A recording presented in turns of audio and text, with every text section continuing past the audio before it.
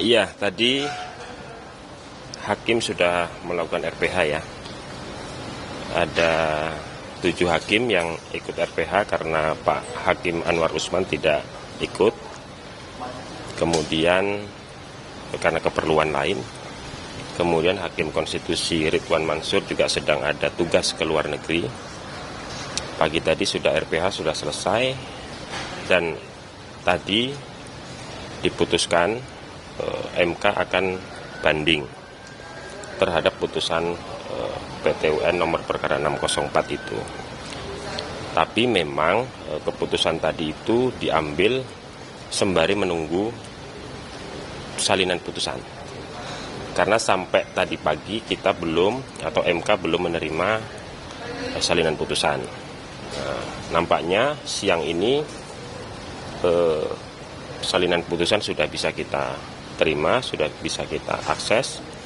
Nah, tentu kita akan baca dulu apa rasio desidendi dari putusan itu. Tapi sementara ini Mahkamah Konstitusi menyatakan sikap untuk banding. Alasan mengajukan bandingnya?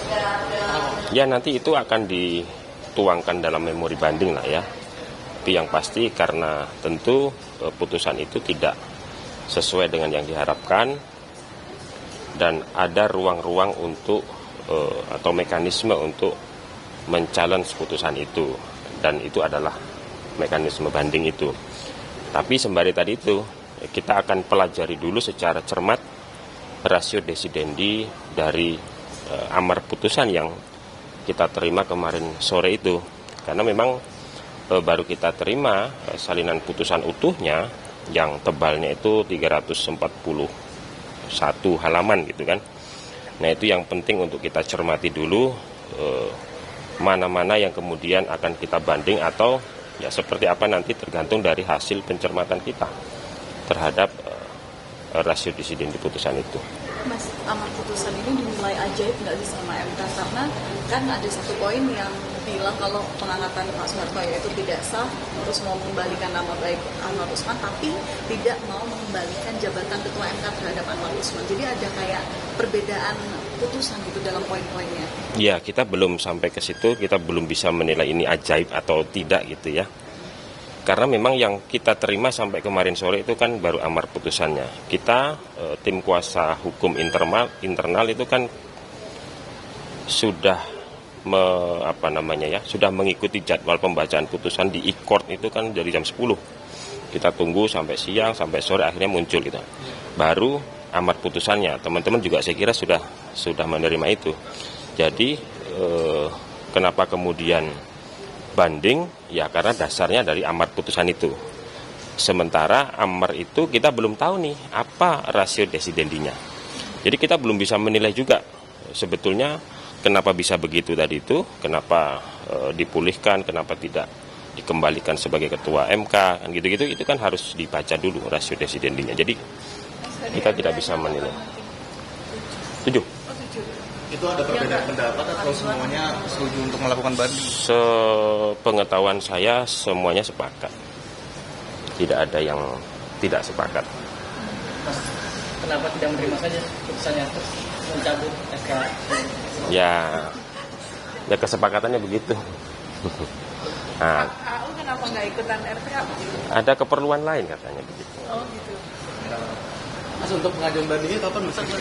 Kan kita punya waktu, kalau PT UN itu kan mekanismenya kita diberi waktu 14 hari sejak menerima salinan putusan kan.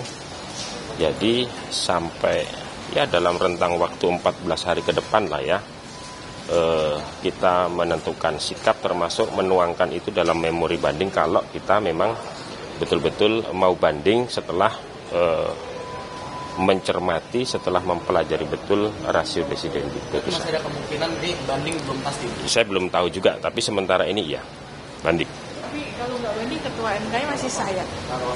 Ya kan masih 14 hari. Kan tidak serta-merta putusan itu berlaku. Jadi putusan ini kan belum inkrah ini kan. Jadi selama 14 hari ya belum ada perubahan apapun gitu. Nah, makanya dalam rentang 14 hari itu harus sudah ada, kalau mau banding berarti sudah harus mengajukan banding. sehingga putusan itu belum inkrah gitu kan. Atau kalau tidak ya berarti itu inkrah. Artinya dengan adanya putusan ini bukan berarti dapat dimaknai tidak ada pimpinan? Enggak ada. Jadi ya itu sesuai dengan mekanisme yang berlaku ya seperti itu. Kita punya waktu 14 hari karena tidak serta-merta kan. Artinya kalau pendapat yang mengatakan terjadi kekosongan itu karena putusan itu berlaku serta-merta sejak diucapkan. Tapi ternyata kita punya waktu untuk menentukan sikap apakah banding atau tidak.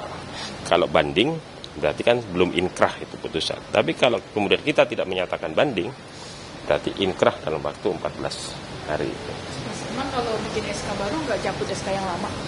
Nah itu kalau Biasanya kebiasaan dia Pak.